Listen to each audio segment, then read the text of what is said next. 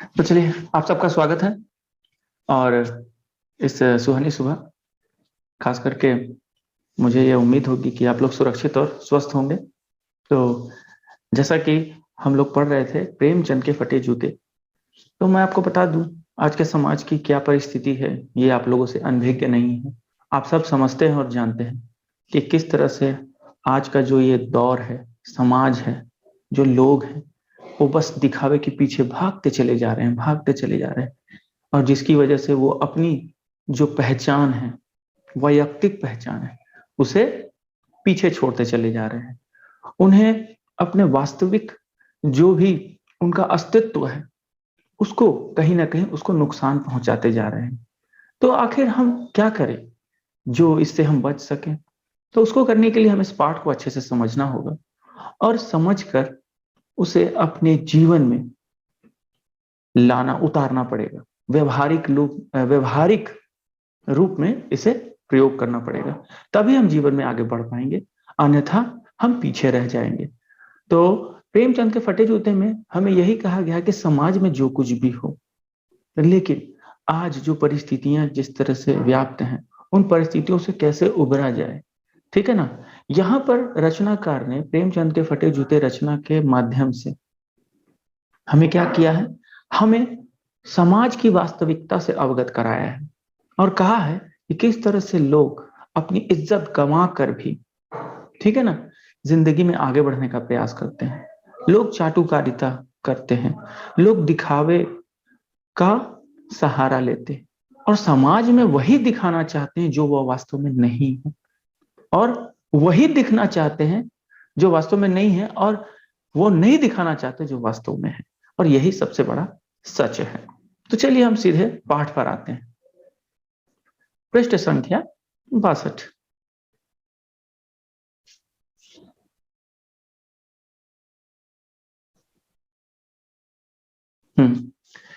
जहां पे कर्सर है वहीं पे देखिएगा। तो मेरा जूता भी कोई अच्छा नहीं है। यहां लेखक क्या कहते हैं, हरिशंकर प्रसाई, कि मेरा जूता भी कोई अच्छा नहीं है। यूं ऊपर से अच्छा दिखता है, अंगुली बाहर नहीं निकलती, पर अंगूठे के नीचे तला फट गया है। आप वो क्या कह रहे हैं कि भले ही समाज में जो भी हो और आपका जूता फटा हो, आप फटा हुआ जूता पहनकर भी फोटो खिंचवा लेते हैं, परंतु मैं ऐसा नहीं कर पाता। ठीक है ना? लेकिन ऐसा नहीं है कि मुझे परेशानी नहीं है, लेकिन मैं भी नहीं दिखाना चाहता। मेरे जो तल है, यानी जूते के नीचे वाला हिस्सा छिल गया है, पैर छिल गया है, लहूलुहान हो गया है, परंतु मैं समाज को दिखाना नहीं चाहता। मुझे भी परेशानी है, परंतु हे साहित्यिक पुरखे प्रेमचंद, तुमने जरा भी संकोच नहीं किया इसे व्यक्त करने में, और तुमने जो वास्तविकता है उसे समाज के समक्ष रखा और हमें एक शिक्षा दी कि हम सब भी ऐसा ही करें। देखते हैं। अंगूठा जमीन से घिसता है और पैनी मिट्टी मतलब देखिएगा, जब मिट्टी सख्त हो जाती है तो वो बहुत ठोस हो जाती है और उससे भी छिल जाता है, और पैनी मिट्टी पर कभी रगड़ खाकर लहूलुहान भी हो जाता है। पूरा तला मतलब तलवा, नीचे का हिस्सा, पूरा तलवा, पूरा तला गिर जाएगा। ठीक है ना? यहाँ घिस जाएगा होगा, पूरा तला गिर जाएगा, मतलब जूते का नीचे का हिस्सा जो है ना, घिसते घिसते घिसते घिसते ऊपर हट जाए। लेकिन फिर भी लेखक इस तरह से नहीं हमारे समक्ष आ पाएंगे जिस तरह से प्रेमचंद आए हैं। लेखक कौन है? हरिशंकर प्रसाद। और यहाँ पर किसके बारे में कहा गया? प्रेमचंद के बारे में। आपको मैं जरा सा बता दूं साहित्यिक पुरखे का मतलब। देखिए, पुरखे का मतलब होता है पूर्वज। जिस तरह से हमारे पूर्वज होते हैं, उसी तरह से हिंदी साहित्य में प्रेमचंद को साहित्यिक पुरखे कहा गया, अर्थात हिंदी साहित्य के पूर्वज। ठीक है? तो आगे देखिएगा। तुम्हारी अंगुली दिखती है पर पांव सुरक्षित है। मेरी उंगली ढकी है पर पंजा नीचे घिस रहा है। तुम पर्दे का महत्व ही नहीं जानते, हम पर्दे पर कुर्बान हो रहे हैं। देखिए यहाँ पर क्या कहते हैं। यहां वो कहते हैं, अगर इस पंक्ति पर आप ध्यान दें, तुम्हारी उंगली दिखती है पर पांव सुरक्षित है, यानी जिस प्रकार किसी पेड़ की जड़ें महत्वपूर्ण होती हैं, न कि उसके ऊपर का हिस्सा। जड़ जितना मजबूत होगा ना, पेड़ उतना ही स्वस्थ और सुरक्षित होगा और फल देने वाला पेड़ बनेगा। लेकिन वही समझाया जा रहा है कि इनकी जो जड़ें हैं, अर्थात इनका जो वास्तविक सत्य है, वो उसको नकारा नहीं जा सकता।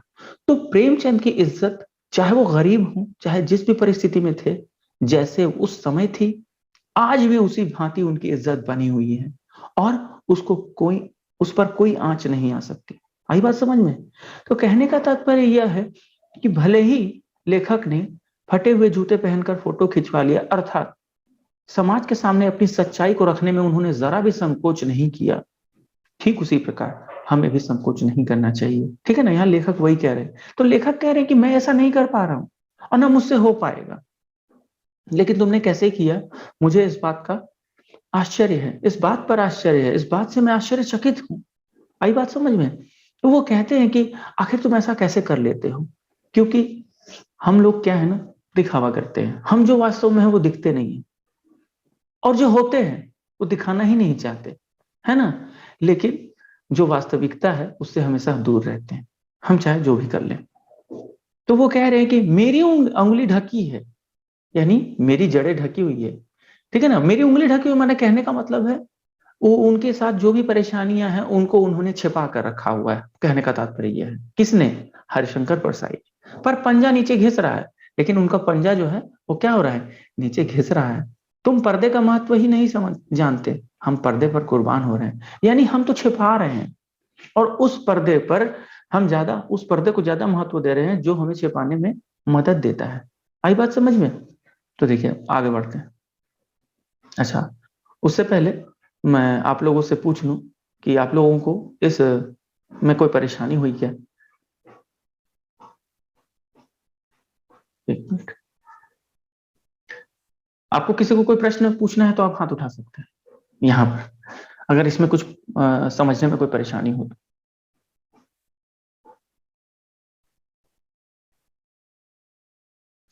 चलिए ठीक है, आगे बढ़ते हैं।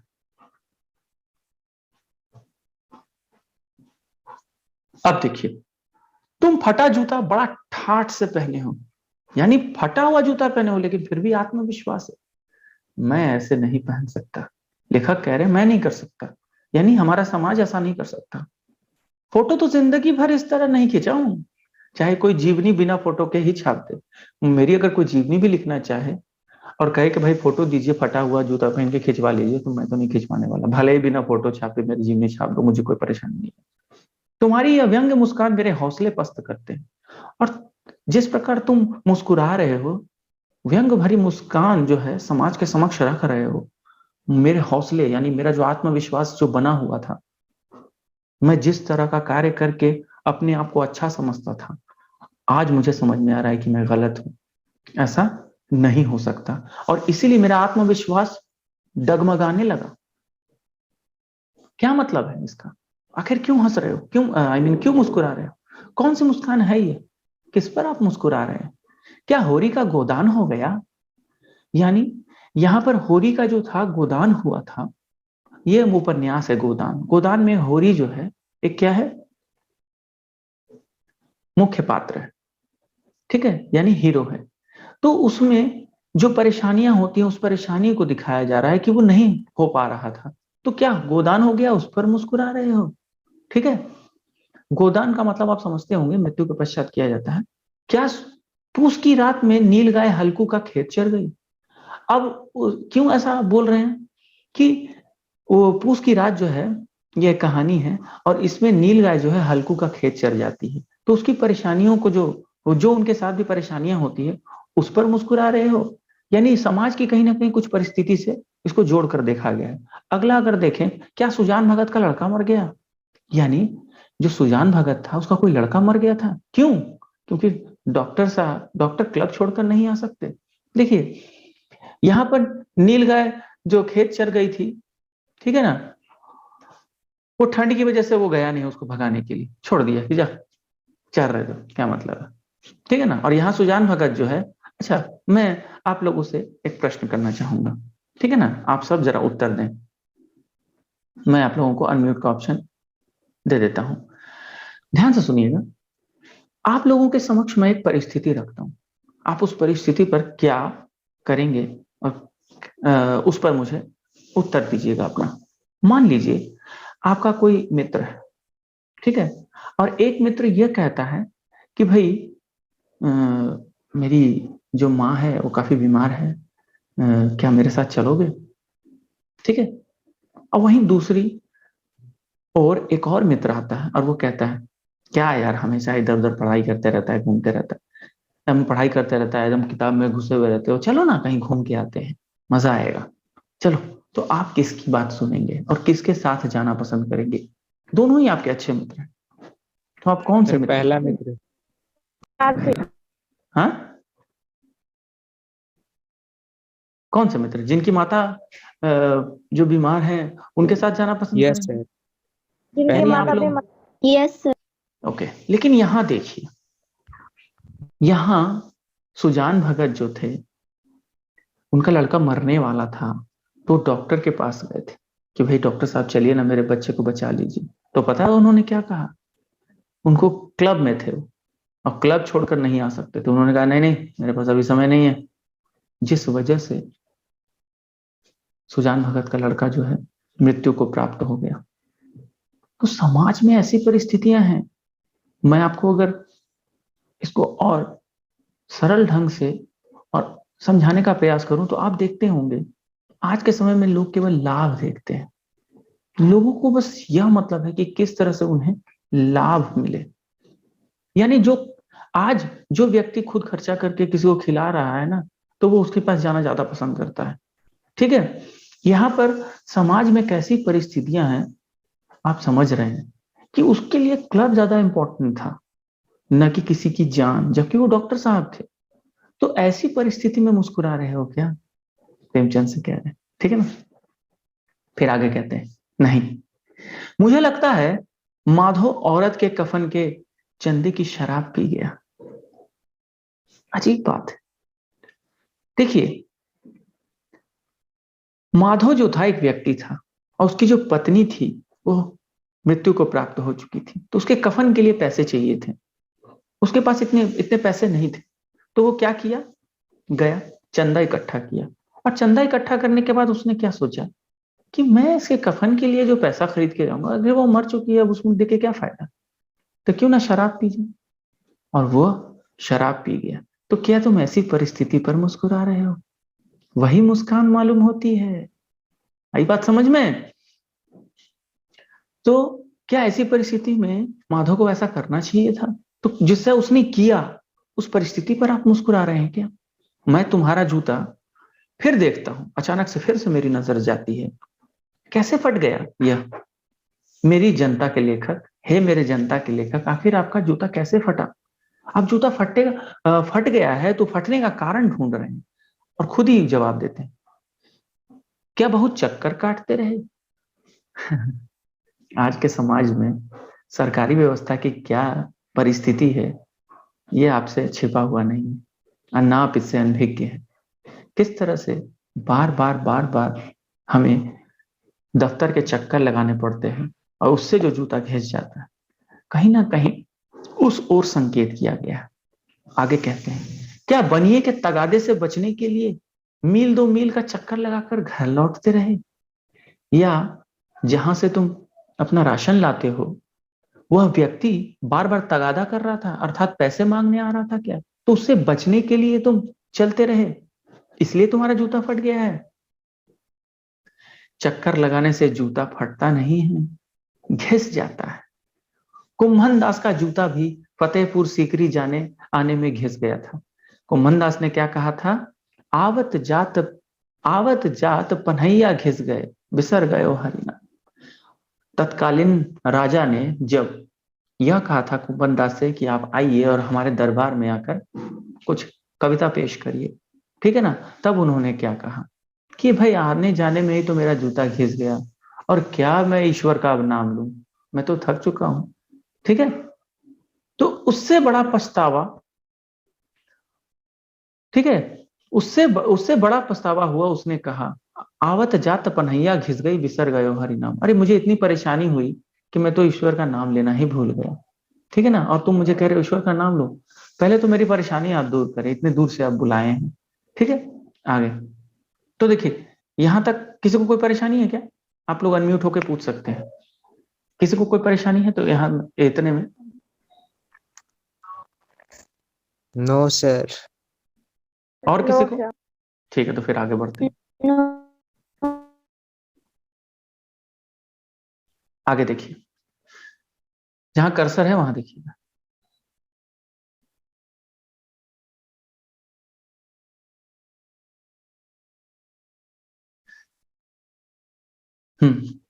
और ऐसे बुला कर देने वालों के लिए क्या कहा था? क्या कहा था? जिनके देखे दुख उपजत है, तिनको करबो परै सलाम। अरे जिनको देखकर ही दुख उपजता है, उसको मैं बाद में सलाम करूंगा, अभी मेरे पास समय नहीं है। ठीक है ना। और ऐसे बुलाकर देने वालों के लिए क्या कहा था कि जिनके देखे दुख उपजत, जिनको देखकर ही दुख उपजता है, उसको मैं बाद में सलाम करूंगा, यानी प्रणाम करूंगा बाद में, यानी नमस्ते बाद में कहूंगा। तो चलने से जूता घिसता है, फटता नहीं। तुम्हारा जूता कैसे फट गया? यहाँ लेखक हरिशंकर प्रसाद प्रेमचंद से तो प्रश्न नहीं कर रहे हैं, लेकिन उस परिस्थिति से प्रश्न कर रहे हैं, यानी प्रेमचंद से ही प्रश्न कर रहे हैं कि आखिर कैसे तुम्हारा जूता फटा। अब वो खुद ही उत्तर देते हैं, मुझे लगता है तुम किसी सख्त चीज को ठोकर मारते रहे हो। आप अगर जूता से जोर जोर से जोर जोर से जोर जोर से मारते रहेंगे ना, तो आपका आगे वाला हिस्सा फट जाएगा। तो वो कह रहे जरूर तुम किसी को ठोकर मारते रहे।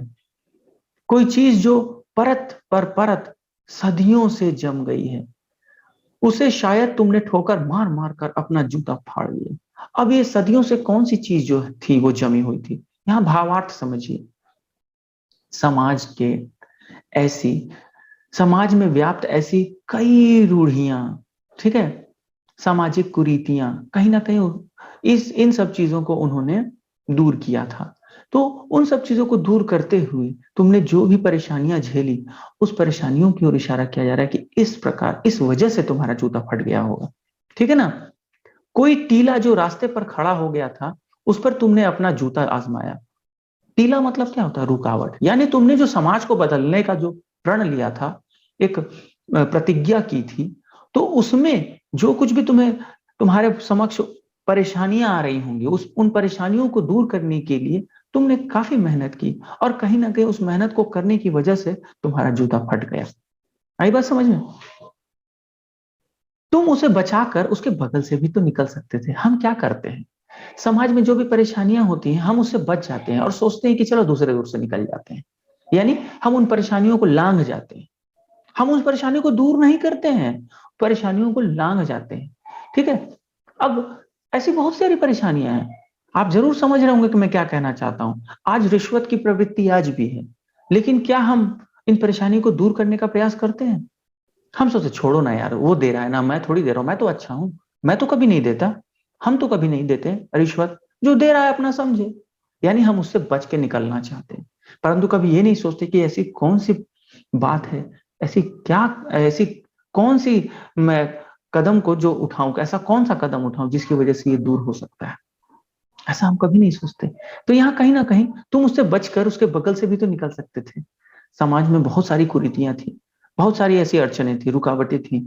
समाज में ऐसे बहुत सारे पाखंड थे, दिखावे की प्रवृत्ति थी, सब कुछ था। तो क्या तुम उससे बच नहीं सकते थे? लेकिन नहीं, तुमने ऐसा नहीं किया। क्या किया तुमने? टीलों से समझौता भी तो हो जाता है।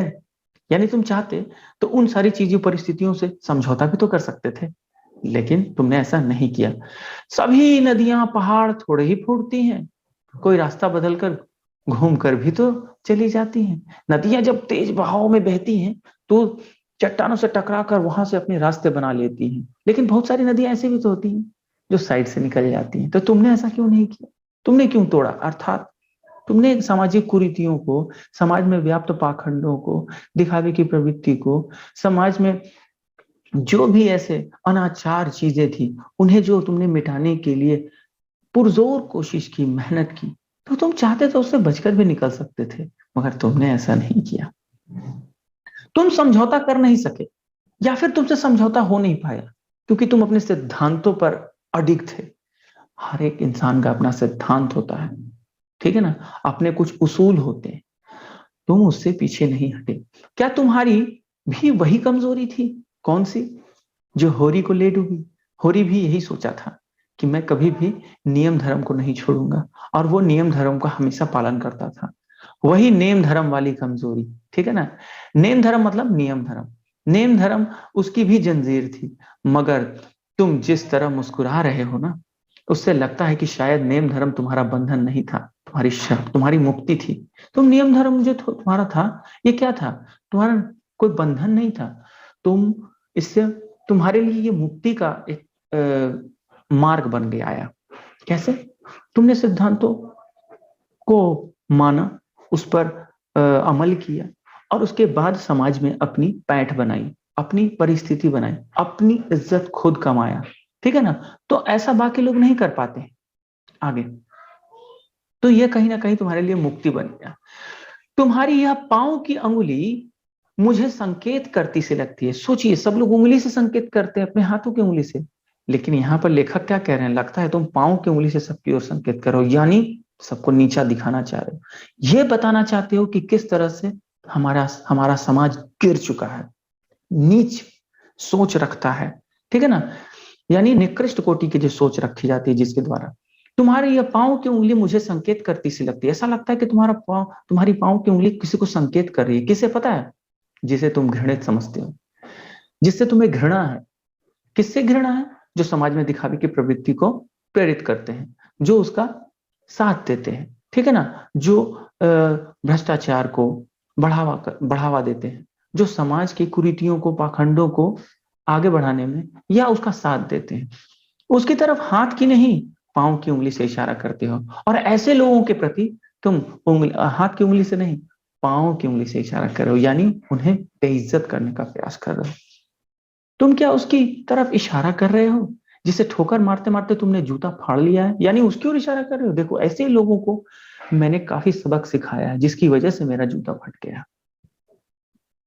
मैं समझता हूं, तुम्हारी अंगुली का इशारा भी समझता हूं, मैं समझ रहा हूं, और तुम्हारी उंगली का इशारा भी समझता हूं, और यह व्यंग मुस्कान भी समझता हूं कि किस तरह से तुम इस पर व्यंग भरी मुस्कान जो है अपने चेहरे पर ला रहे हो। तुम मुझ पर या हम सभी पर हंस रहे हो? तुम केवल मुझ पे हंस रहे हो या हम सभी पे हंस रहे हो?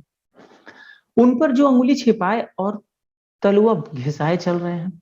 उंगली तो छिपी हुई है, लेकिन तलवा घिस रहा है, ठीक है ना, क्योंकि वो दिखावे की प्रवृत्ति को त्याग नहीं पा रहे हैं। उन पर जो टीले को बरकाकर बाजू से निकल रहे हैं। बरकाकर मतलब, बरकाना जो शब्द है, ये वास्तव में मोम के लिए इस्तेमाल होता है। मोम जो पिघलता है ना, जैसे मोम है जमा हुआ है, उसको आप गर्मी देंगे तो वो बरक जाएगा, अर्थात पिघल जाएगा। ठीक उसी तरह से तुमने भी ऐसा किया है क्या? पर उन जो टीलों को बरकाकर बाजू से निकल रहे हो, ठीक है, बरकाकर मतलब हिलाकर या कमजोर बनाकर। तुम कह रहे हो मैंने तो ठोकर मार मार कर जूता फाड़ लिया, अंगुली बाहर निकल आई, पर पांव बचा रहा। अर्थात मैं भले ही समाज में परिस्थितियां बदलता रहा, उसका सामना करता रहा, समाज में लोग दिखावे की प्रवृत्ति को अपनाते रहे, लेकिन मैं क्या करता रहा? मैं अपने सिद्धांतों से अडिग रहा, और मैंने अपनी पहचान, अपने अस्तित्व को नहीं मिटने दिया, ठीक है ना। अंगुली बाहर निकल आई पर पांव बच रहा, और मैं चलता रहा। मगर तुम अंगुली को ढकने की चिंता में तलवे का नाश कर रहे हो। तुम चलोगे कैसे? तुम तलवे का नाश कर रहे हो उंगली बचाने के चक्कर में। तो हो सकता है बाद में न चल पाए। अगर आप सामान्य समझिए, कोई एक व्यक्ति है जिसका नीचे जो है, जूते का नीचे का हिस्सा पूरा फट गया है और वो घिस रहा है, तो वो जूता आप पहनना पसंद करेंगे? मैं आपके पास एक ऑप्शन रख रहा हूं, मान लीजिए आपके पास दो जूते हैं।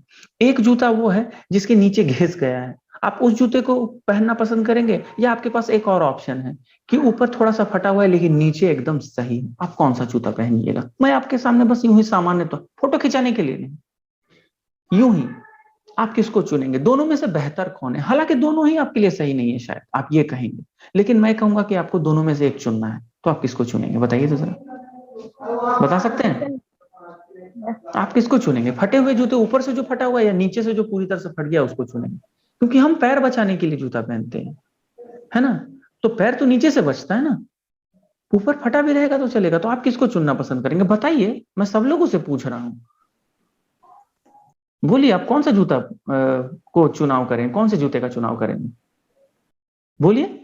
एक जूता वो है जिसका ऊपर में फट गया है, ठीक, और एक जूता वो जो नीचे से पूरी तरह से फट चुका है। तो आप किसको पहनेंगे? नीचे वाला तो आप पहन ही नहीं पाएंगे, एक जूता जो पूरी तरह से फट गया, क्योंकि पहले तो पैर को बचाना है ना।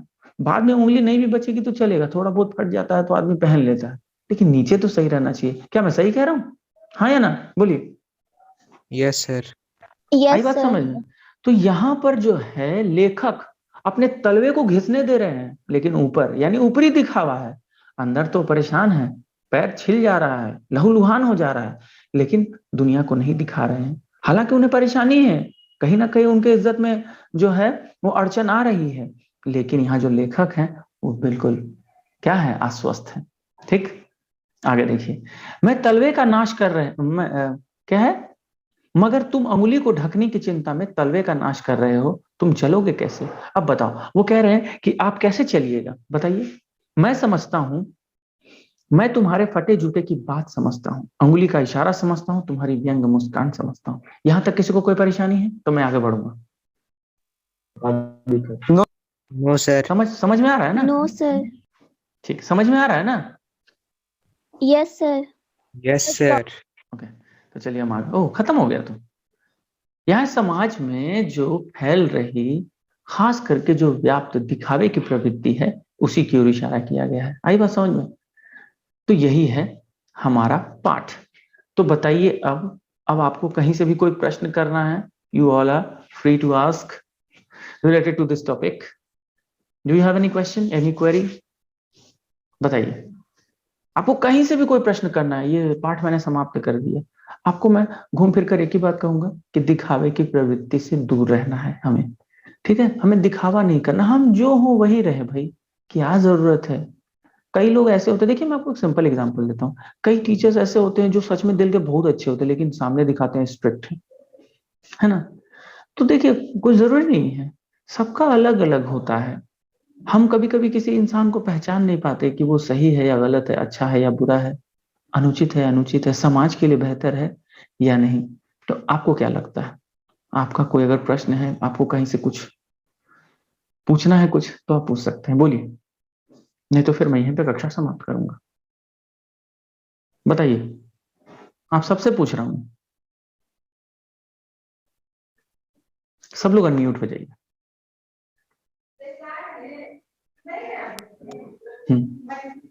सब लोग अनम्यूट हो जाइए।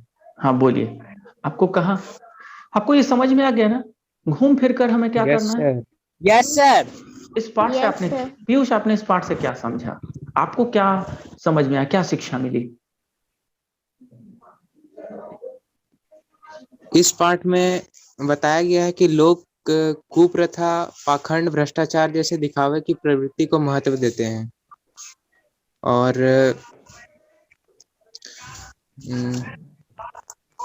तो हमें ये करना चाहिए कि नहीं करना चाहिए? नहीं सर, ये नहीं करना चाहिए। ओके, तनुजा, तनुजा आप बताइए, तो आपने इस पाठ से क्या प्रेरणा ली, आपको क्या लगता है?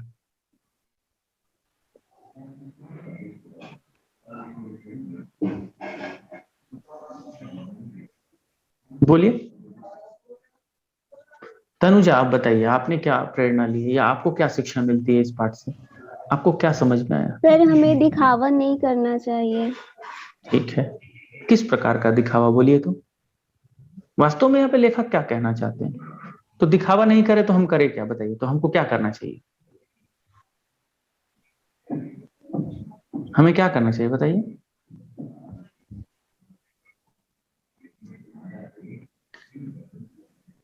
संकेत? Yes sir. बोलिए तो हमें क्या करना चाहिए? सर हम ध्यान नहीं दे रहे थे। मैंने पूछा इस पाठ से आपने क्या समझा? साहिल आप बताइए।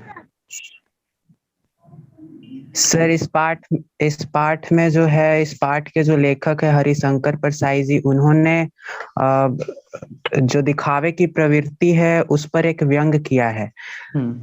हमें जो है वो दिखावे की प्रवृत्ति पे ज्यादा ध्यान नहीं देना चाहिए, क्योंकि यदि हम दिखावे की प्रवृत्ति पे हम अपने जीवन शैली को हम रखेंगे तो हम सभ्य नहीं कहलाएंगे।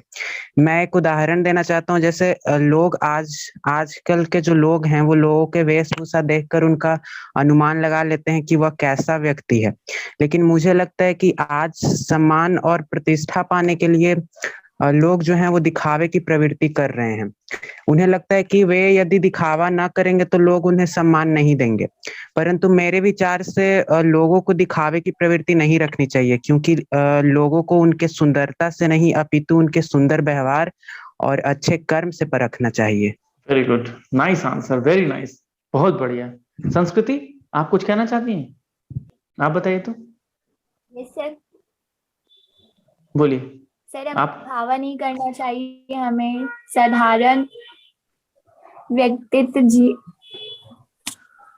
हमें साधारण व्यक्तित्व को महत्व देना चाहिए। और यस सर। और हम लोग को किसी से नीचे या ऊंचा नहीं कर नीचे और ऊपर नहीं देखना चाहिए। हमें अपने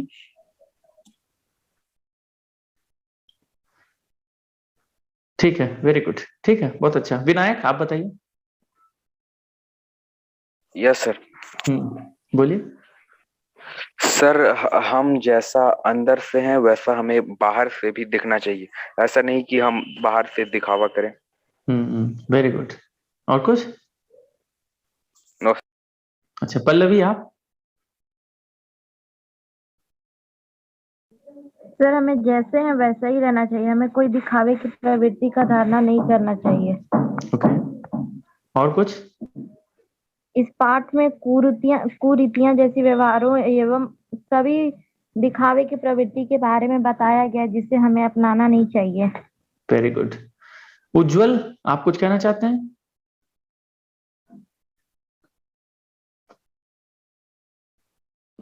उज्जवल। सृष्टि है क्या?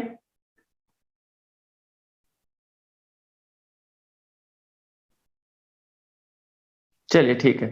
चलिए, मैं समझ गया कि आप लोग क्या समझ रहे हैं। अब मैं आप लोगों से यह कहूंगा कि देखिए, जीवन में आप, सही बात है, मुझे बहुत अच्छा लगा जिन्होंने उत्तर दिया था। शायद विनायक कह रहे थे। विनायक, आप अनम्यूट हो जाइए। नहीं यस सर। अच्छा, साहिल कह रहे थे ना। साहिल ने बहुत अच्छा उत्तर दिया। वो कह रहे थे कि हम जैसे हैं वैसे ही दिखें, ठीक है ना।